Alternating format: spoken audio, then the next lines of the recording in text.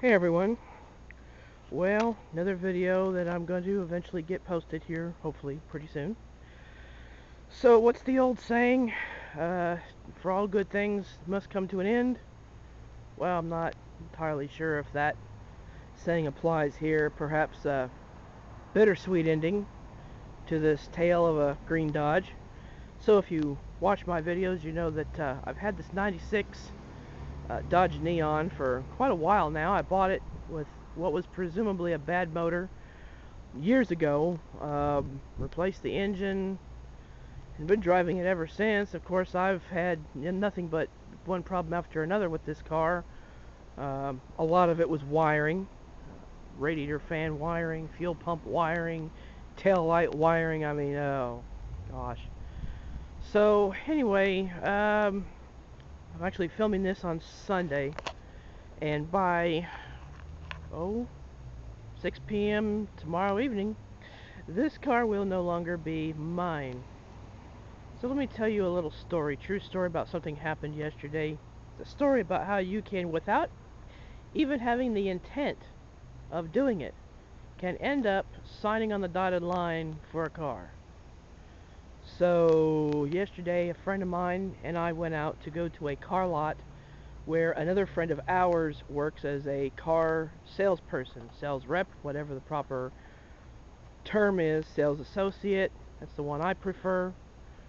So anyway, he works as a sales associate there, and we went up to return his friend's weed eater that we were working on, or my friend was working on, and I spotted a white 98 or 99 Escort ZX2, which, no, that's not what I'm getting. Was looking at that for a friend, but anyway, we'll just kind of start doing a little walk around the car here as best we can. Anyway, so I was looking at that white Escort, and my friend, the sales rep, noticed. Well, that led to talking and discussion, and then discussion led to prices, which then led to further discussion and further conversation, and before I knew it, he was bringing out a 2000, I think, and 10 model, I think is what it was, 2010 Kia, a white box-looking thing with tires. And no, I'm not going to drive a Kia. Not me. That's not my personality. Especially at, what was it, $14,000? I mean, that's not a bad price. It was low miles, but my credit wouldn't have allowed it anyway.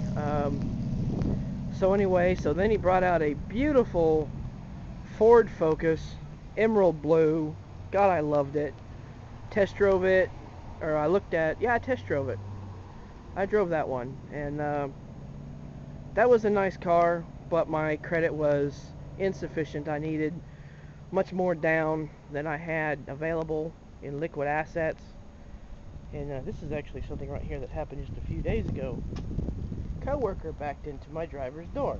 I have to take the, it's getting hot out here right now, so I can do it right now. Pull out that kind of crinklage, take the scuffing out. Anyway, so one vehicle after another, a couple test drives, and before I realized it, I was signing on the dotted line for a, not a new car, of course, but new to me, in a manner of speaking, a 2007 model Dodge Cobalt.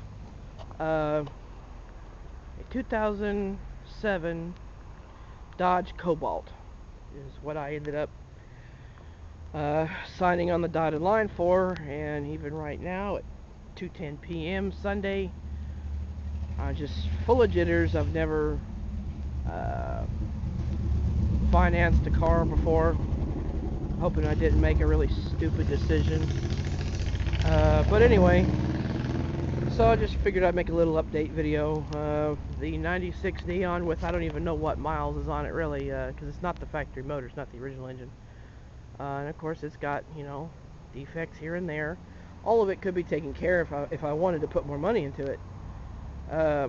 You know, so obviously we got paint that started to come off. That actually started with the clear coat coming off. We've got paint fading and so forth here. A large portion of paint is coming off there. The roof is faded, fading away, so on and so forth. This car does leak some in the rain, which was profoundly irritating to me. Of course, then you've got this damage, which is minimal, minor.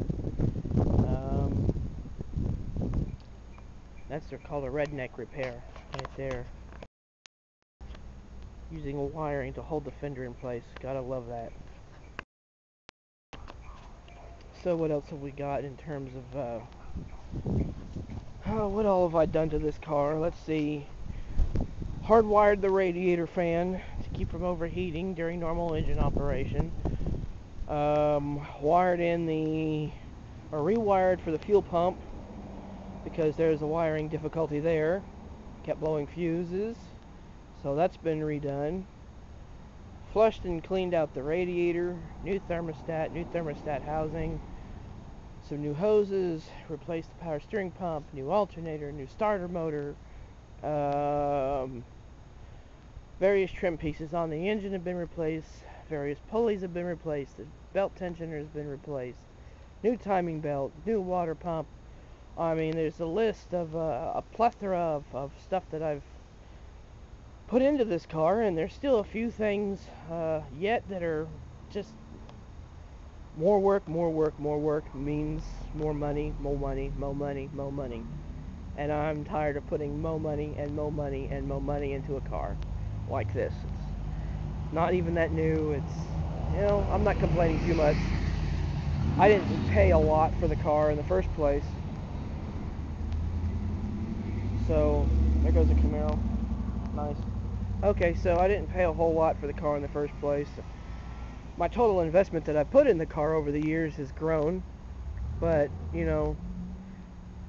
'tis the way it is with older cars. So, anyway, just figured I'd make a little update. I've actually got 2 other videos on this camera right now that I need to get uploaded. And so I'll profile my new used car when I get it. Probably a day or 2 after I get it home, and all that good stuff. So anyway, thanks for watching, and I do apologize for not getting more videos posted more promptly. It's my first weekend that I've had off in a while. So alright, peace out. Thanks for watching. Comments welcome. And I still have the Ford.